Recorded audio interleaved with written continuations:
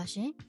FMB industry မှာအောင်မြင်ခြင်းတဲ့သူတိုင်းအတွက်အခွင့်အလမ်းတစ်ခုပြောပြပေးခြင်းပါရှင်။စားပစ်ပေးရတဲ့ industry တွေထဲမှာ hospitality industry မှာလုပ်ကိုင်ဖို့စိတ်ဝင်စားသူဆိုရင်တော့ FMB single diploma course လေးနဲ့မိတ်ဆက်ပေးခြင်းပါတယ်။ဘာသာရဲ့အနေနဲ့ကတော့ FMB management, FMB operation နဲ့ bar operation ဆိုပြီးတော့၃ဘာသာသင်ရမှာပဲဖြစ်ပါတယ်။အဆင့်မြင့် hotel ကြီးတွေမှာရှိတဲ့စားသောက်ဆိုင်ကြီးတွေမှာလုပ်ကိုင်လူသူများ management level သို့တက်လှမ်းလူသူများနဲ့ကိုယ်ပိုင်စီးပွားရေးလုပ်ငန်းလုပ်ကိုင်လူသူများအတွက်အကျိုးသင်နေရပါတယ်ရှင်။